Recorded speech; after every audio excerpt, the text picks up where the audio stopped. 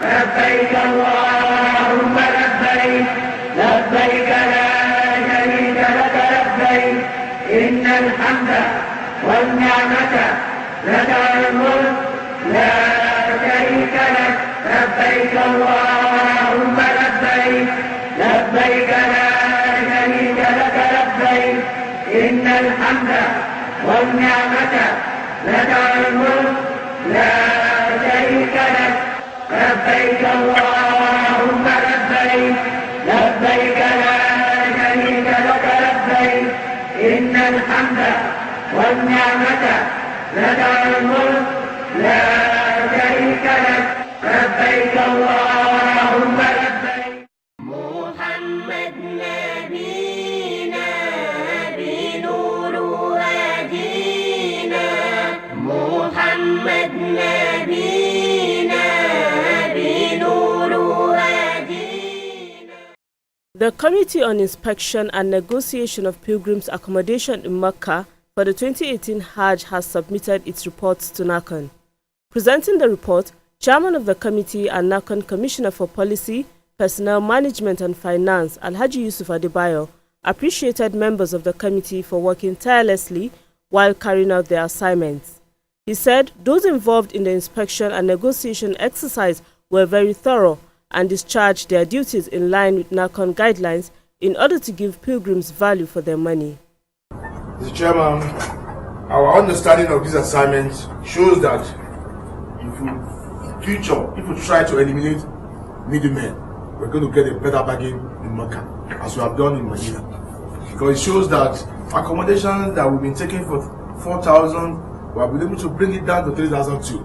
So that the standard that we have reached. Speaking at the event, NAHCON Chairman Barrister Abdullah Mukhtar Muhammad thanked the committee for carrying out the assignments diligently, pointing out that the committee was set up to ensure that Nigeria secures befitting accommodation for her pilgrims in Mecca during the 2018 Hajj.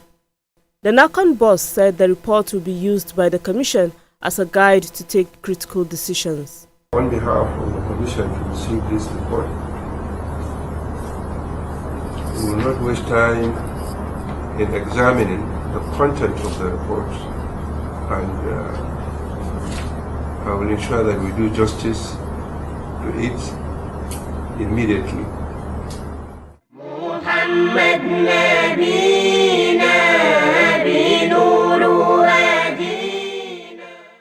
The National Hajj Commission of Nigeria has been commended for introducing various reforms to improve Hajj management in Nigeria. In the Hajj operation in Nigeria, The President of Muslim Media Practitioners of Nigeria, MMPN, Alhaji Abdurrahman Balogun, stated this during a courtesy visit to NAHCON.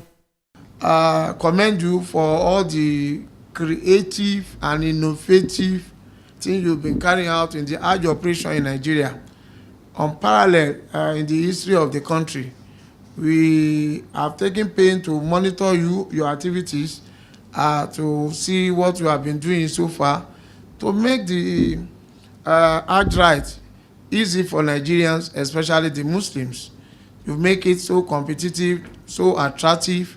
We want to commend you and want to urge you to keep doing that, because it is in that the Muslims in Nigeria will continue to benefit from the very important last pillar of Islam.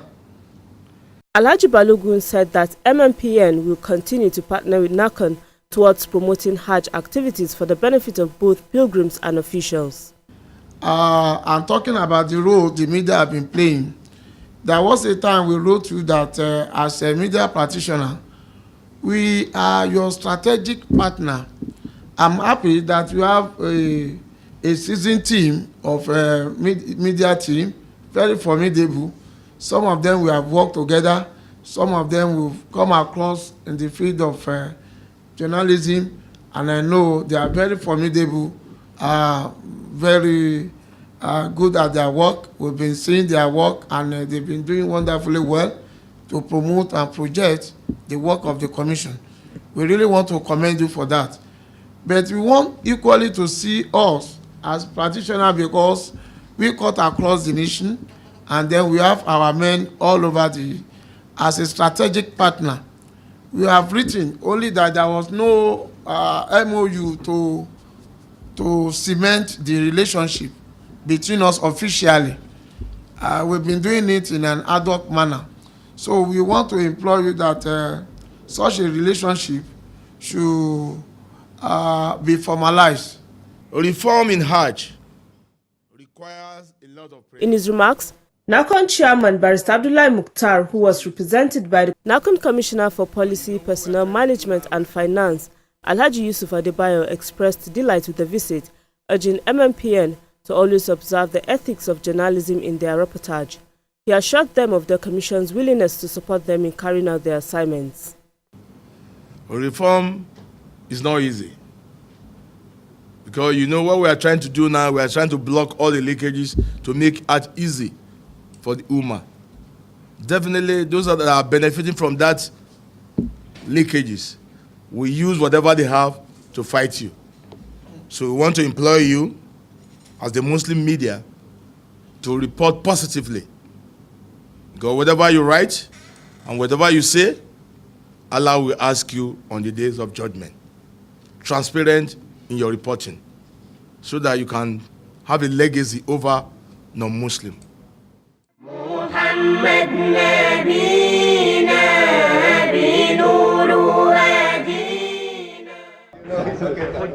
The National Hajj Commission of Nigeria, NAHCON, says it is partnering with the Nigerian College of Aviation Technology, Zaria, NCAT, for the training of NAHCON staff on aviation-related matters. The aim is to enhance the Commission's airlift operations during Hajj. Aviation training. NAHCON Chairman Barrister Abdullahi Mukhtar, who was represented by the NAHCON Commissioner of Operations, Alhaji Abdullahi Modibo Saleh, stated this when he received on courtesy visit officials from NCAT at NAHCON headquarters in Abuja. Because aviation activity is an integral part of the activities of Hajj that is of primary concern to it. And that the choice of UNCAT should not be a surprise to anybody, because everyone knows UNCAT is synonymous with aviation itself in Africa. The Commissioner said NAHCON is happy with the outcome of the recent training at NCAT involving its staff. Airline training management. Speaking earlier, NCAT Head of Aviation Management School, Engineer E.O. Onwuka, expressed appreciation with the decision of NAHCON to choose NCAT for the training of its staff, saying that NCAT training facilities are of global standards. We are expecting that Hajj Commission will be able to come again and sponsor another batch of individuals, so that as they grow up in the ladder of responsibility, other people will take over the responsibilities.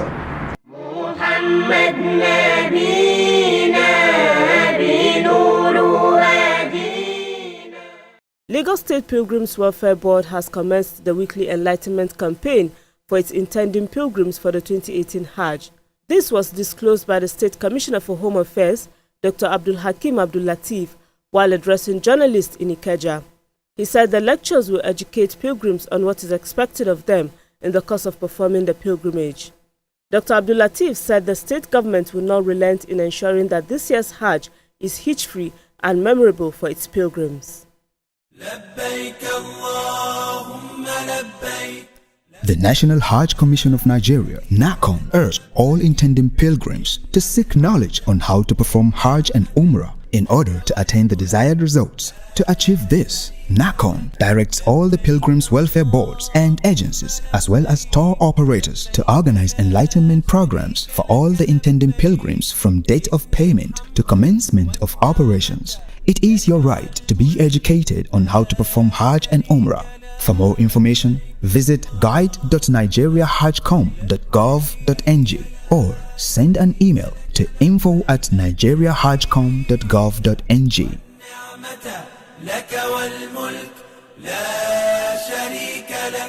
This message is brought to you by the National Hajj Commission of Nigeria, NAHCON.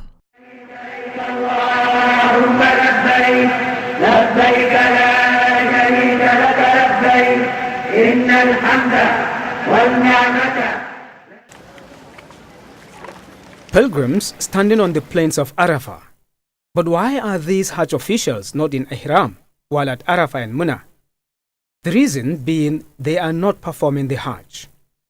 These officials, drawn from the National Hajj Commission of Nigeria (NAHCON) and State Pilgrims Boards, are sacrificing their Hajj in order to attend to the needs of pilgrims during the Hajj. This group of pilgrims are called volunteers. Volunteerism as a policy was introduced by NAHCON in 2016. Participants are expected to be with the pilgrims in order to serve them. These needs include, among others, guiding the pilgrims to locate their accommodation or tents at Mashair or Munah, Arafah and Muzdalifah, guiding pilgrims on how to use facilities in their hotel rooms, serving as interpreters for the pilgrims, and assisting the sick, the weak, and the aged. Make use of volunteers a great deal.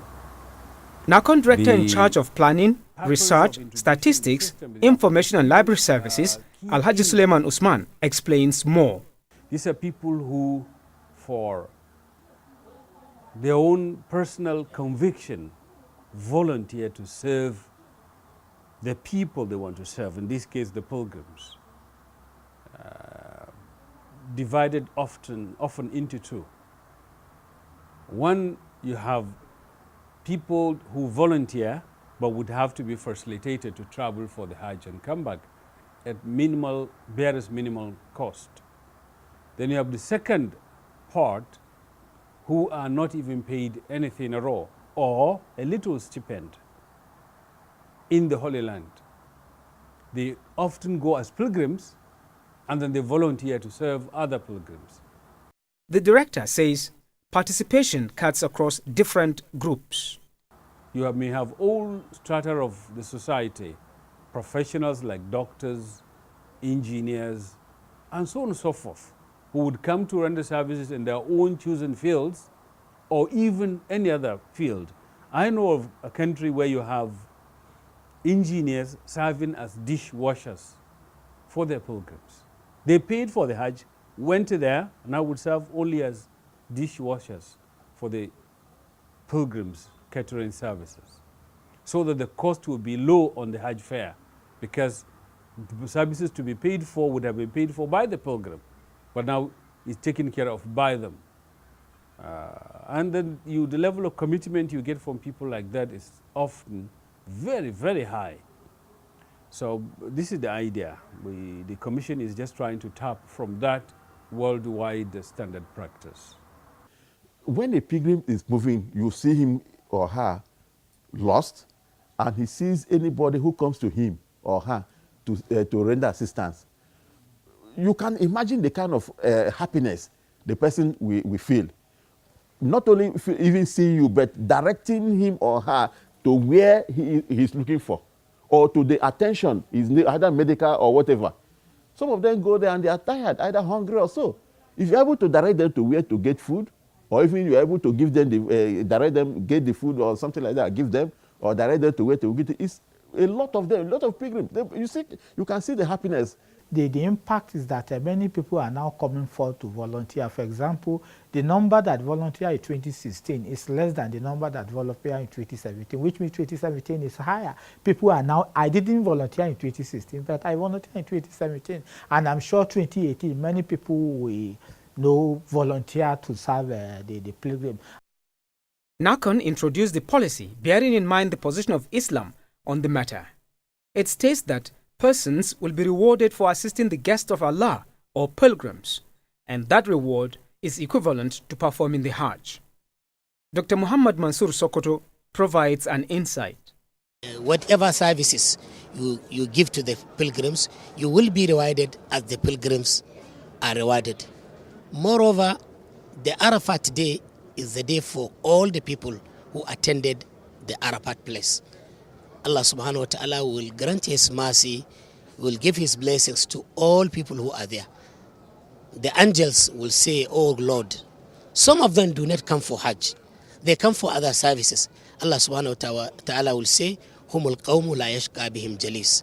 Their friends will go together with them into paradise. So we hope and we pray that Allah subhanahu wa ta'ala will give them the reward as if they do the pilgrimage, because nothing prevents them from doing it except the services they are giving to us, the pilgrims. Those who work as volunteers during the 2017 Hajj talked on the gains to pilgrims and the entire Hajj management. So I have my pilgrims, most of them were sick. You see, so if I was performing Hajj, I wouldn't have had opportunity, as you understand, to run around for their problem. In fact, one of my pilgrims, we have to wait in Zulhulefa to, because she was, admitted in Zulhulefa. So we have to wait and allow her to get some drip. Immediately after Hajj, that is after Mina and Arafat, pilgrims usually troop back to Mecca. Now, of course, because of the staggered nature of the Hajj rites, if you as a medical personnel is performing Hajj, you are not likely to come back and prepare the facility, the clinics, for the arrival of pilgrims. But this year, many of us did not perform Hajj. Therefore, we came back to Mecca, set up the facilities, and we are just ready for the pilgrims. The successes recorded through the policy has spurred tour operators to have a crop of volunteers from its fall during the 2019 Hajj. Acting President of the Association of Hajj and Umrah Operators in Nigeria, NAHCON, Alhaji Abdullahi Butu, confirmed this during a courtesy call on the NAHCON chairman in Abuja. At our own end, we look at the issue of the monitoring. We feel that to reduce costs and effective of our people, we also designed to have employed about 10 people that will not do Hajj, but rather serve as a monitoring team for this year's Hajj operation. NAHCON is happy with this development, just as it is also making efforts to improve on the gains of implementing the practice of volunteering during Hajj exercises. And I'm happy to note that you are going to set up monitoring teams that will participate in the exercise. This is in line with our own spirit too. And I hope those monitoring teams will not be the ones that they will also be wearing ihram, they want to perform Hajj. Yes. Let it be those who purely are going for the purpose of helping us to coordinate, and we'll work together with them. So at appropriate time, if you give us the list of the monitoring team, we'll organize a kind of training program. Being newly introduced, the policy is not without its challenges. There are so many people who queried, why should you do this? You never know whether you don't know the one that will be your last. You should have done this now. Why are you forgoing Hajj? That's the personal challenge we have on the personal level. That there are some people who feel, why should you come to Mecca, Medina, Saudi Arabia without performing Hajj? The second challenge is that some pilgrims,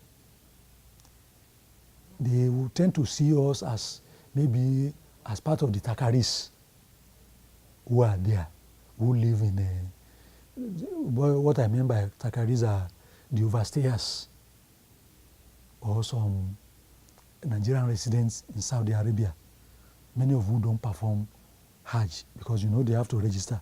So many of the pilgrims tend to see us as either belonging to these people until they see our badge or identity card. Is then they know, okay, these are NAHCON staff, they are not Takaris. For the policy to be more effective, pilgrims must cooperate with volunteers. And then the pilgrims would benefit from this if and only if he or she remains with the group whenever they are moving, instead of going alone. Pilgrims should be, I always discourage it from moving alone. They should always move in groups. Even going to the mosque and going back to their accommodation, they should move in groups. That way they can easily get somebody to help them and somebody they know. في المدينة محمد نبينا بنور هدينا اللهم لبيك لبيك Observing Hajj rites goes with many supplications, one of which is the chanting of the Talbiyah, that is, Labbaik Allahumma labbaik, labbaik la sharika laka labbaik, innal hamd wa ni'mata laka wal mulk, La sharika lak. In English, this means, here I am, O Allah, in response to your call. Here I am. Here I am. You have no partner. Here I am. Indeed, all the praises, grace and sovereignty belong to you. You have no partner.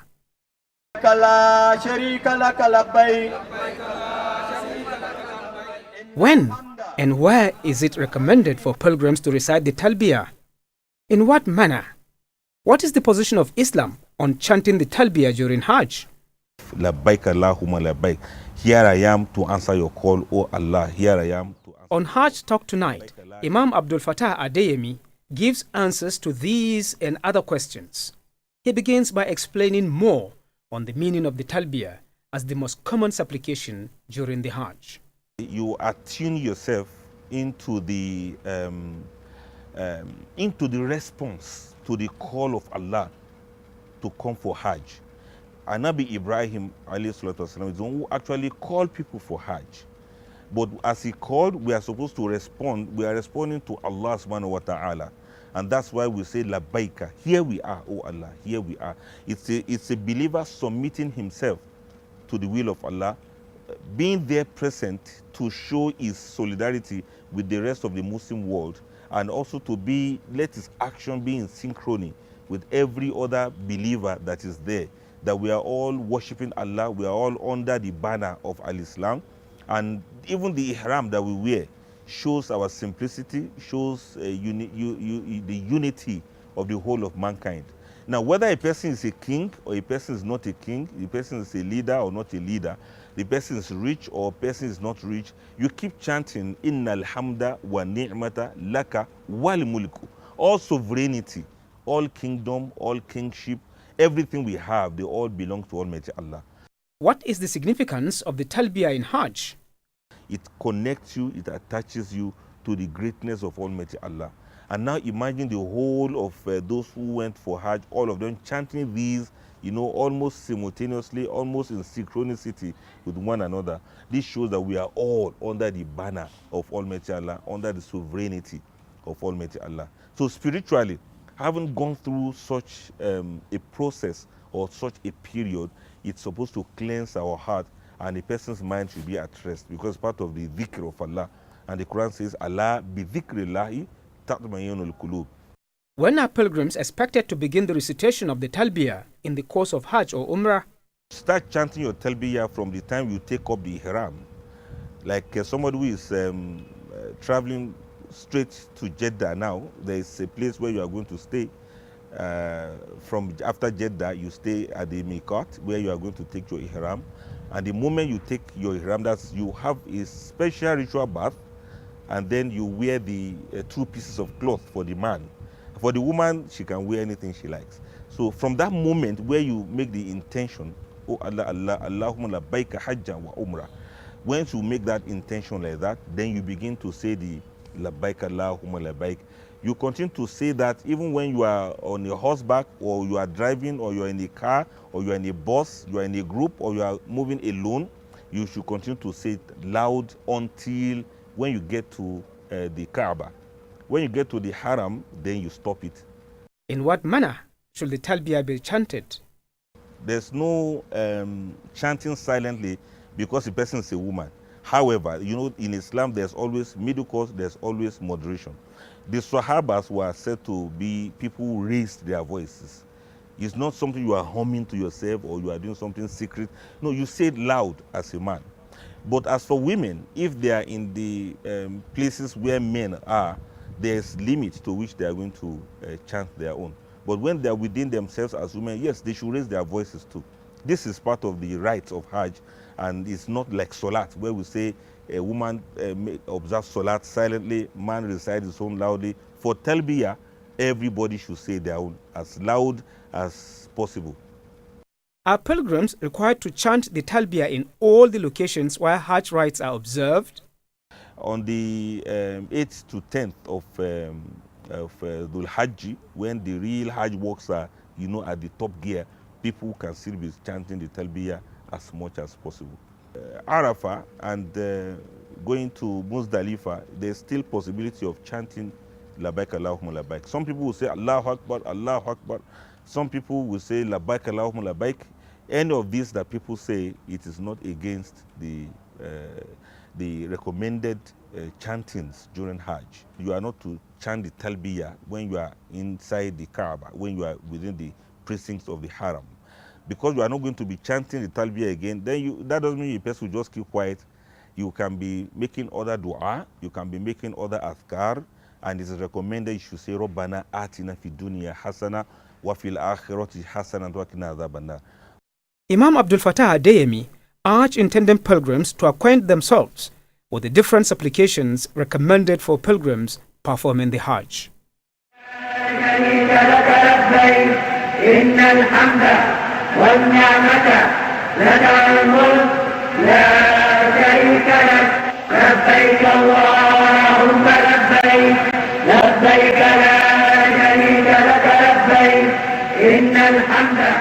والنعمة لك